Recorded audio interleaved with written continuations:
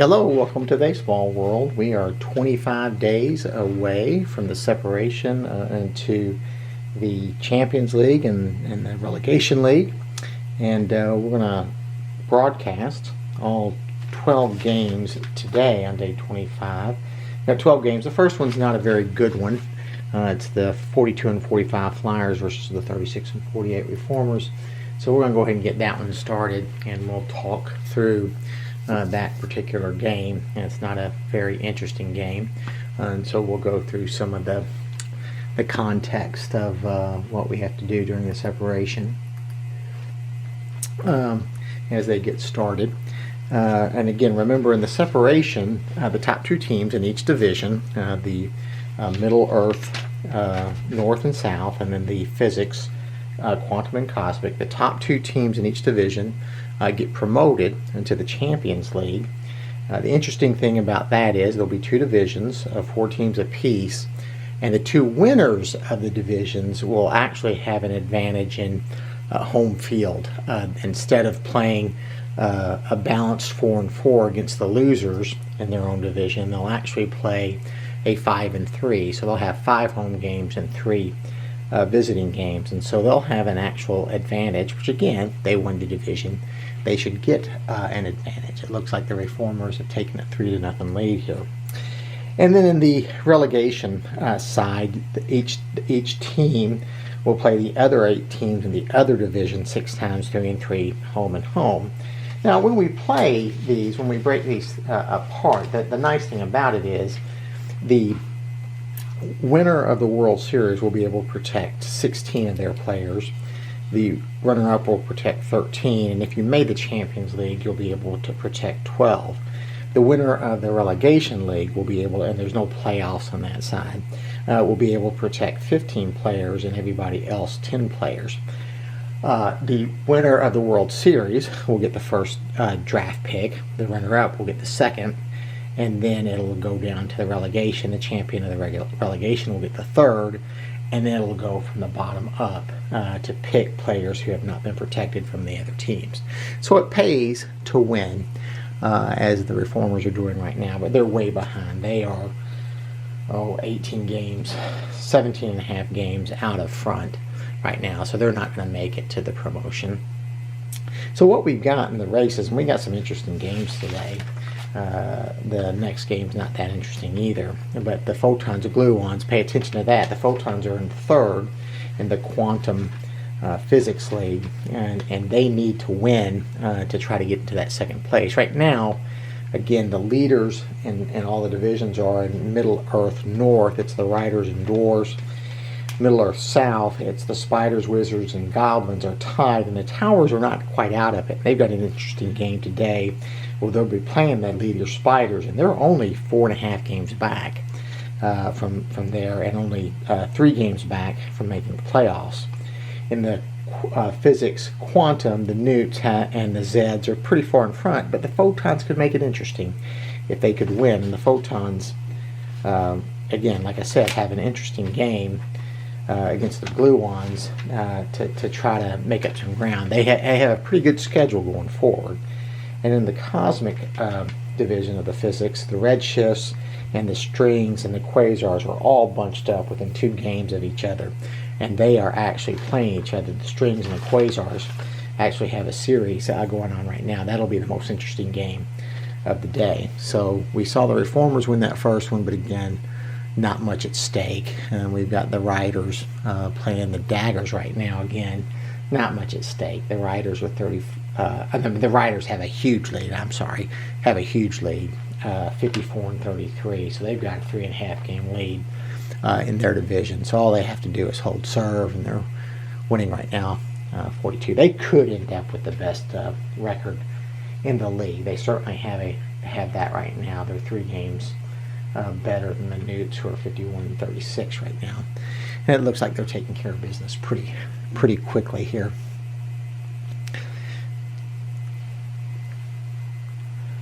We'll let the game play out.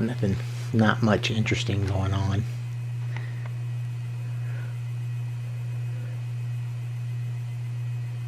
Hank Aaron's still flirting with the 300 mark. Now, Lou Gehrig is trying to get hot. Lou has not has been under 250 most of the year, but he's now recently picked up his average to 273, and it looks like they just tied the ball game. You know, the Daggers just put a 4 spot up in the bottom of the 5th.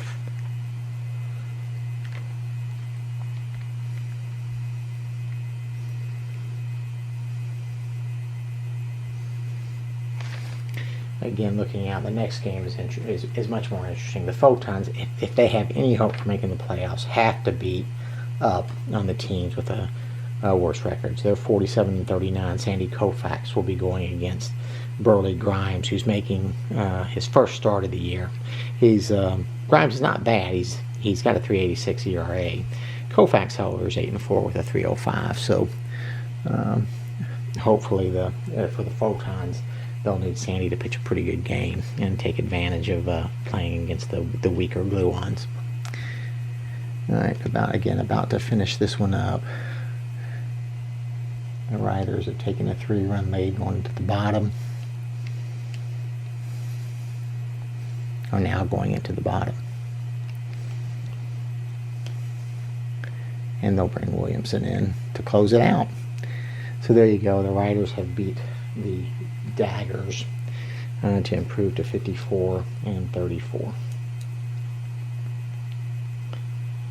Next up, the Photons and the Gluons. A much more interesting game. This one.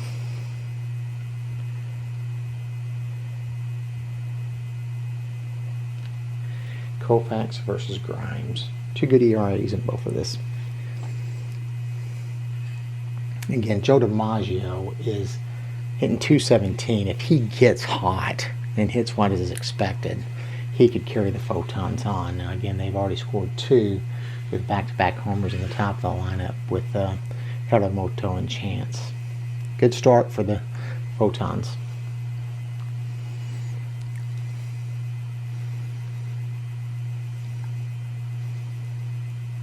Oh, but the Gluons battled back, putting up a 3 spot. So we got 3-2. And a quick top half of the second. And a quick bottom half of the second. And DiMaggio just scratching. Has been scratching essentially the whole year.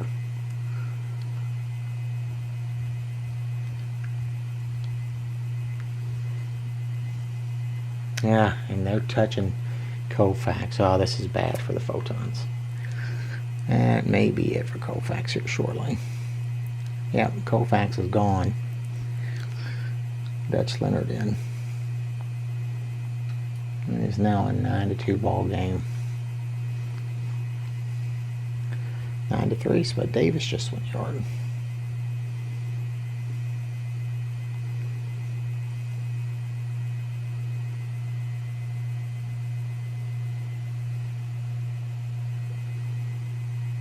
Yeah, DiMaggio hits into a double play. Just really having a terrible year.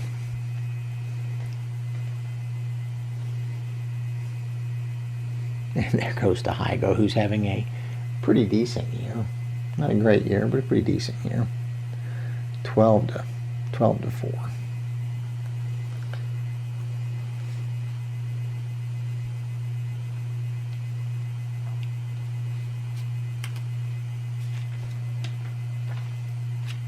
Next game's interesting. The Goblins are 1 game back. One game back in Middle Earth South. They need to protect, hold serve as they play against the Miners, one of the weaker teams in the league. But as we can see in this one, nothing's happened. DiMaggio does scratch out a double. And now it looks like they've been awakened 13-8. The Photons, they get a chance for some unearned runs, but they do not get it. So DiMaggio will get one more at bat. But Tilly Walker's having a game. 4 for 5. 4 for 4 with a walk. Let's see what happens with DiMaggio his last at bat. He walks. He's showing some fight. Bases loaded.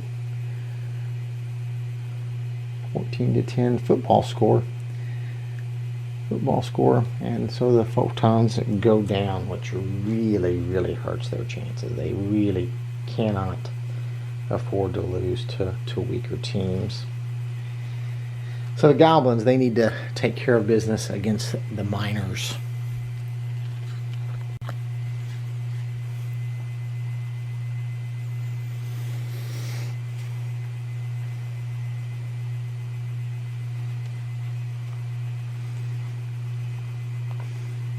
Let's start off strong.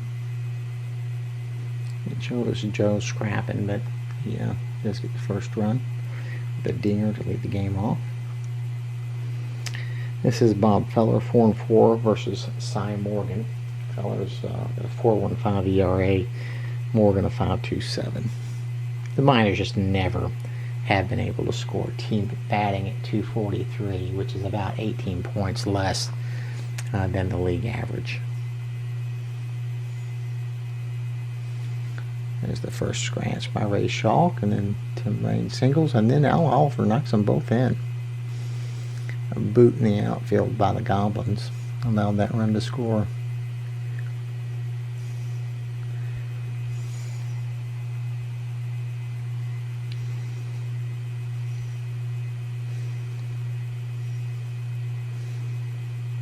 And again, the Miners not hitting very well as a team, just putting the ball in play today. 2-run dinger by Al Oliver. That knocked Bob Feller out. Well, 8-run bottom of the fourth. That will probably do the business, and that will hurt the Goblins. At 43-41, they'll likely drop to 43-42. Next game's interesting. The Towers are playing the division-leading Spiders.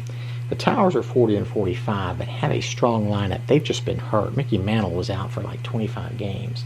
Mantle's been back. Mantle is close to 300, or he was up to 300 for part of the year.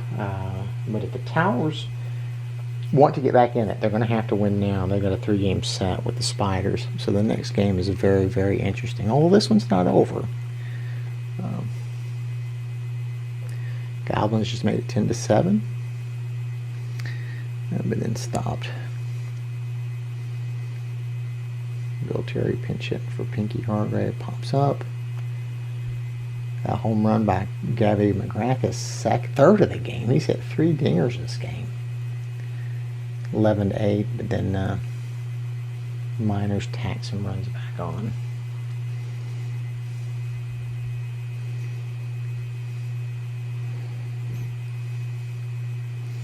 We've had a lot of runs scored today.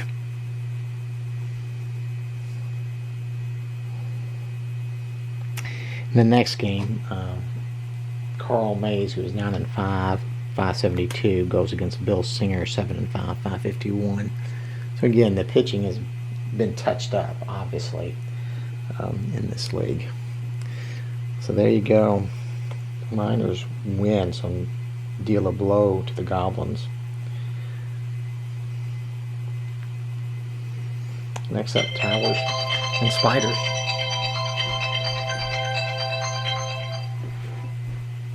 Hello? Hello? Hello? Yes. Yeah, for this side.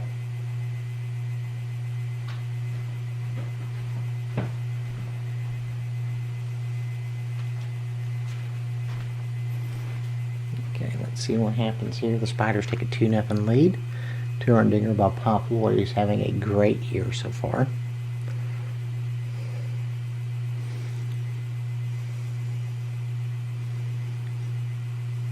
And then a 2-run dinger by Rogers Hornsby, who's also having a great year so far.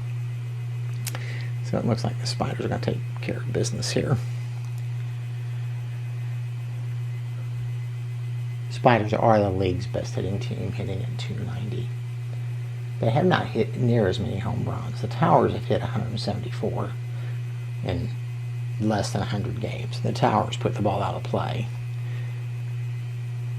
They have a fairly decent defense. The best defensive team is the Spider team. And they look to be blowing this one out. Mays is already out of the ball game.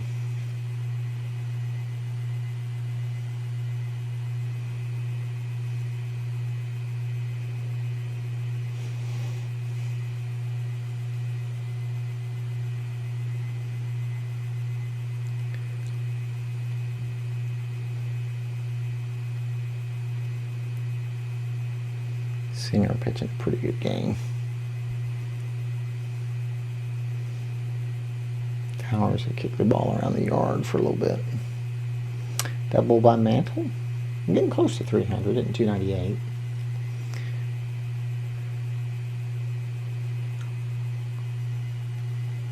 You need a crooked number in the next half inning to try to get back in this thing.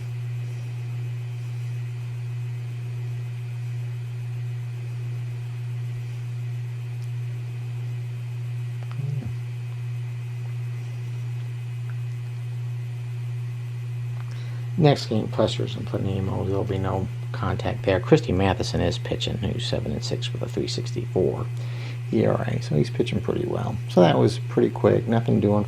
Spiders win and actually pick up a game, an extra game lead over the Goblins.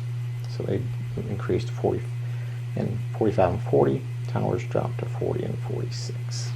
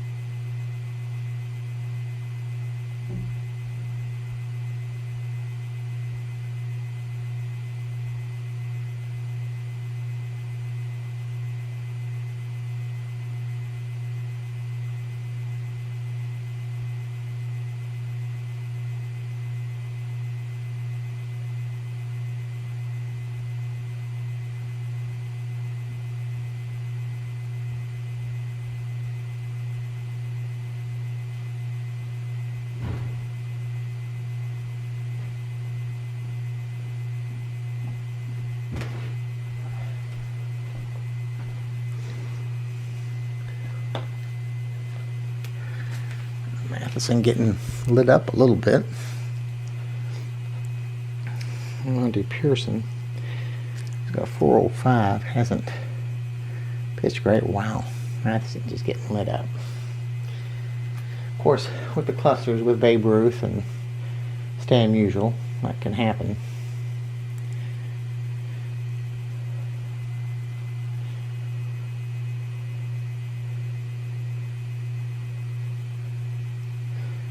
Wow.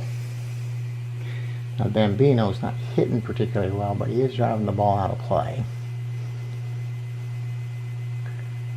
Got 33 on the year. And the Clusters have hit 130. Actually, the Planemos have hit more. Sitting at 135th right there. Charlie Geringer. This game's probably out of reach. The next game's the most important game. This would be the game of the week if this was televised on Major League Baseball. The Quasars at 46 and 38 versus the Strings at 47 and 38. And so the Strings had a half game lead over the Quasars for that second spot. They need the Redshifts to get beat. In fact, they would move within a game if the Redshifts got beat. And that's the game of the week. And those two are battling in the Cosmic Division of the Physics League. Alright, bottom half. They've made some noise, but they go down fairly quickly. So we look forward to the next ball game.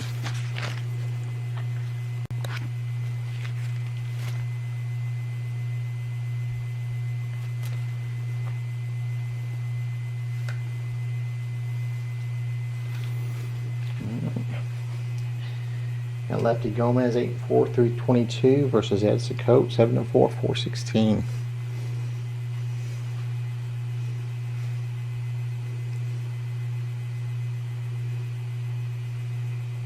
Strings a little bit better hitting team at 272 to 261. Not a lot of difference between the two. Both hit about 130 dingers. And there's one for the Quasars.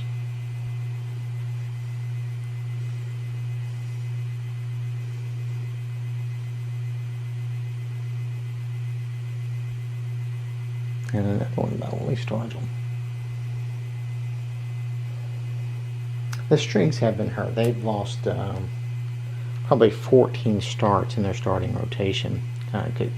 Katsuyuya Nomura has been lost for quite a bit too, and he's at 293. Very important cog for them.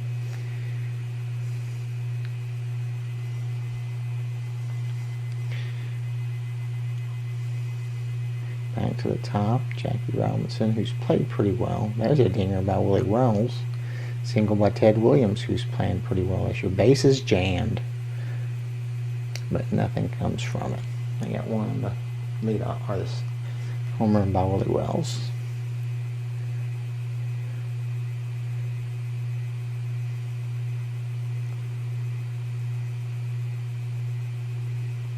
Both starting pitchers working into the 7th. The bingo by Wells, he's still second, strikes out.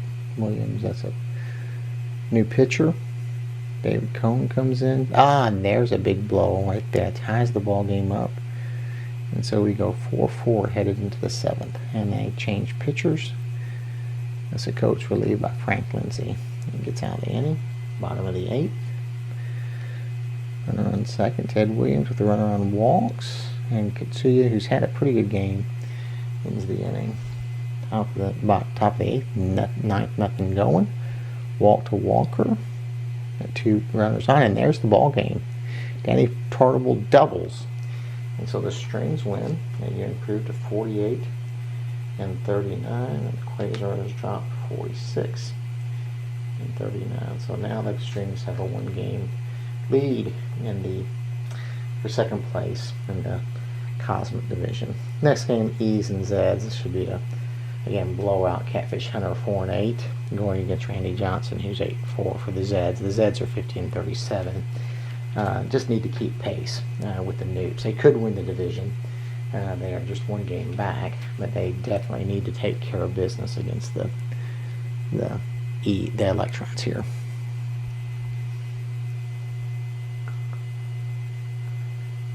The Zeds have gone with the long ball too, 192 dingers and 85 games, 87 games. There's one right there.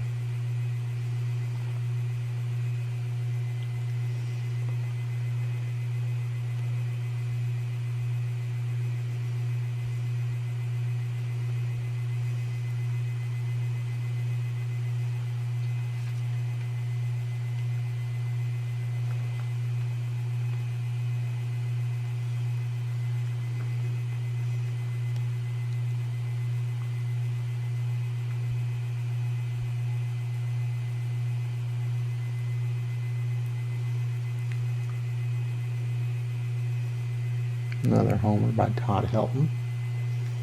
Both teams playing long ball here.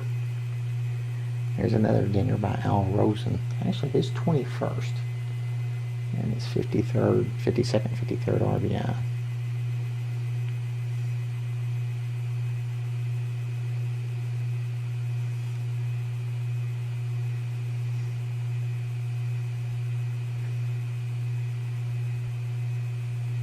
Another dinger by Harry Hellman, his 26th.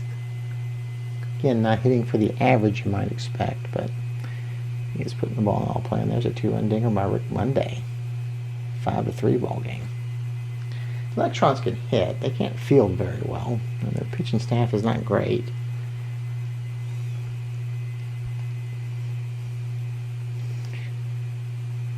There's Todd Helton knocking in Morgan, who stole second. Bottom of the 8th, give a little bit of breathing room.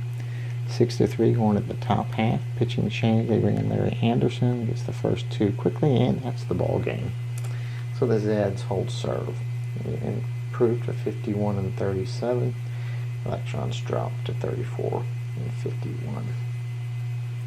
Next game's interesting. The Wizards need to win to stay tied with the Goblins as well in the Middle Earth South. And again, they are not that far out of first place. So a win, to keep winning, would be very, very important for the Wizards. Upper Rick C 3-6 is going against Mordecai Brown, who is 6-5.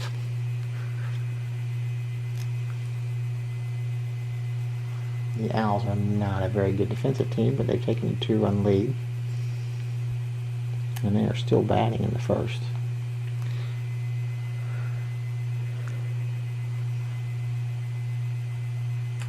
The last 3 games today, the Galaxies and the Red Shifts. Again, the Red Shifts are in front. They just need to keep winning to keep the Strings at bay. If they lose, the Strings would move to within a half game. The Quasars obviously drop by losing to the Strings. Then the Newts just need to keep winning to keep pace with the Zeds, who just won. And then the Raiders and Dwarves. The Raiders, again, are in third in Middle East North, so they need to win. So all these team games are important, and they're playing the Dwarves, who are just in front of them. So that's probably would be considered the second game of the week, if there were a second game of the week. It's the last game of the day. And the Owls are taking care of business against the Wizards right now. Jimmy Fox is 2 for 3 with a 2-run dinger.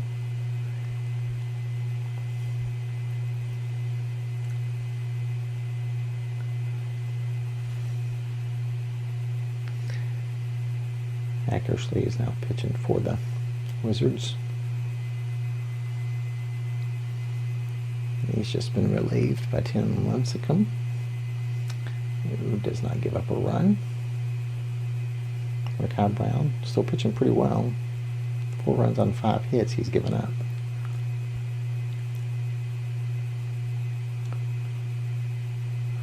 Bullpen by committee by the Wizards. Now Brown's pitching a pretty good game. Last 9-10 he's faced, and there goes a 2-run dinger by Frank Robinson, his second home run of the game. Robinson's having a very, very solid year. So it looks like the Owls are going to take down the Wizards 10-4.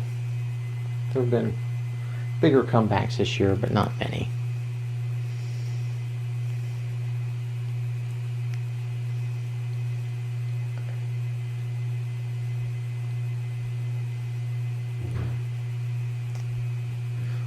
Well, that made it more interesting. 3-run dinger by Babe Harrison.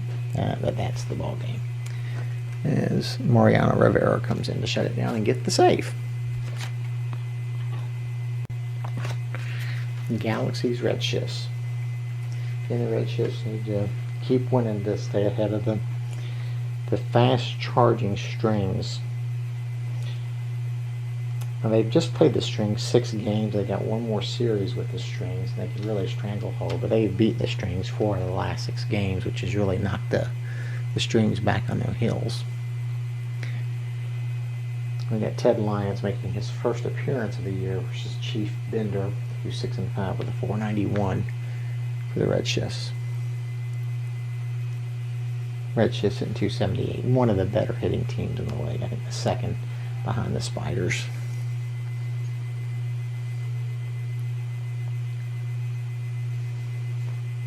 Willie McGee has just played outstanding, hitting over 340 for the year.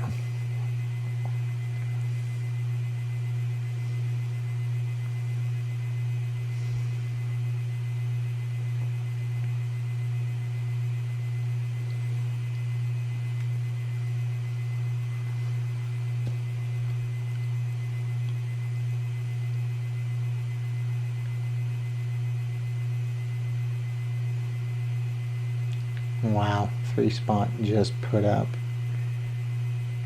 by the Galaxy's 5-1 lead. Red Shifts lead could shrink to a half game. They seem to take care of the Strings when they play them, but they're not beating anybody else.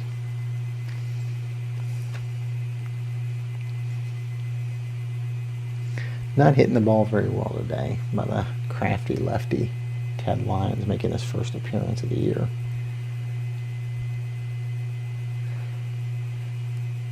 This goes up a dinger to Jeff Kent. Bill Williams pinch hits, flies out. Maybe he goes down easily.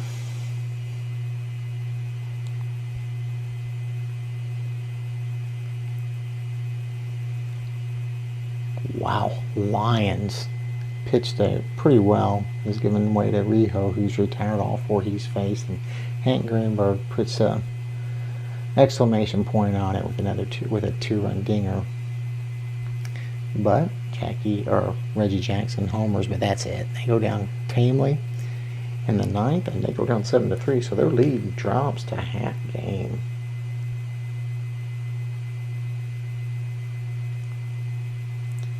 The next game, Newts and the Quarks. The Zeds won, so they're a half game back. So the Newts need to win this to stay a half game ahead. We'll see a flip in that division. Of course, the Newts led by Tommy Cobb, who's not had the greatest year. He was at 250 for much of the year. He's up to 294. Mule Settles, however, has been among the leaders throughout the year. And of course, Cobb triples, Yastrzemski doubles, and immediately it's a tie ball game.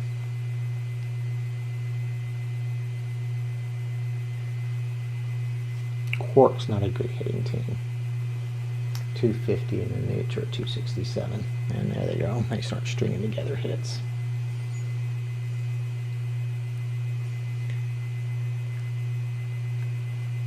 Boy, back-to-back dingers by Hafey and David Justice make it a tie ball game.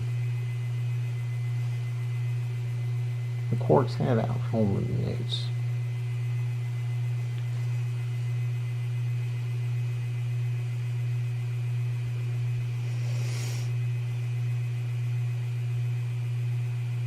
Greg Maddox is just getting shelled. Has been gotten shelled the whole year. 6.72 ERA, and he is getting shelled again.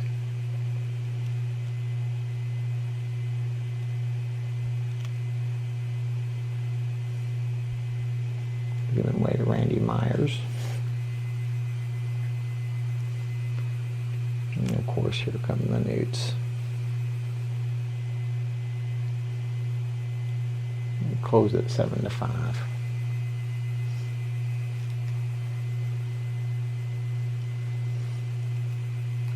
So what are the scratches on the scorecard? Green means the runner got on base, and the number at first base, which is the bottom right-hand corner, is the result of the player, and then the next base is either a result or who knocked them to that base. And here they come. Here come those Newts batting around, and they're still up. And finally go out after they put a 7 spot on the board. A strikeout or a control by the pitcher's roll is red in the box, and if it's a strikeout, the result is at the home plate. Blue is a pitching change in the middle, and then the count of outs is in the bottom middle. What out that is in the inning, if you're looking for it. But green is good if you're the team that's batting, and they are just now. The Newts are just toying with the Quarks. Wild pitch or crosshatch when a wild pitch happens. They almost batted around that inning. Top of the 9th. Yeah, put some runs up against Percival, but nothing doing. So 14-8. The Newts protect their lead.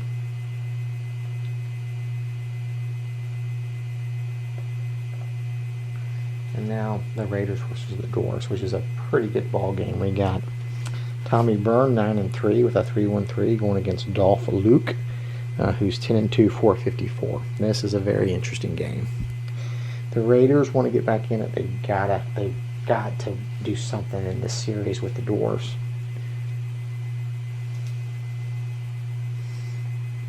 Willie Mays is back down to 263. He had gotten back up. He had started the season under 200. Got all the way back up to 300, and now it's dropped back down to 263.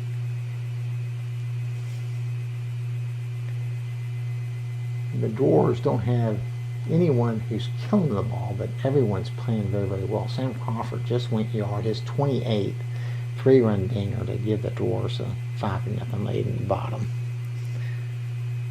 Tommy Byrne has pitched very, very well, but he's getting lit up right now.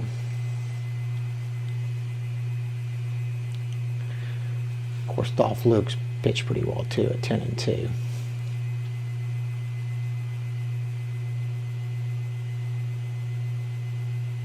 Doors have hit. Oh, have they hit their 200th? They've got 199 homers on the year right now. So the next one will be 200th in just over, 86 games. And there it is, right there, the 200th by the Dwarves putting the ball out of play. This could do it for the Raiders. If they lose this one, they are going to be 3.5 back of the Dwarves, and that's just a lot of ground to have to make up.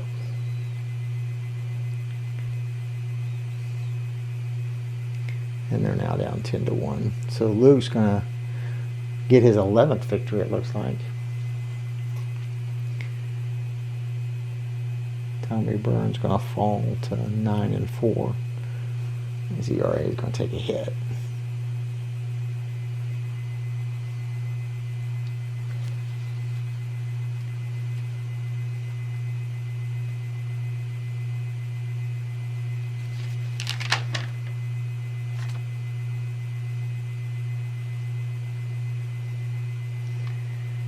So the Dwarves are going to pick up a game on the Riders. Again, the Riders still have a very comfortable lead. Going in, we'll get these posted. The YouTube posted hopefully Saturday. A little bit of fight from the Raiders, but a little bit too late for them. And so they've got their 6 runs down, headed into the 9th. 2 outs, and that's the ball game. So there you go. The Raiders, who started the season off hot, have fallen into 3rd place and fallen another game behind. So very likely not to make the promotion. Again, if you have questions, leave notes in the YouTube section or on Facebook, and we'll talk to you later.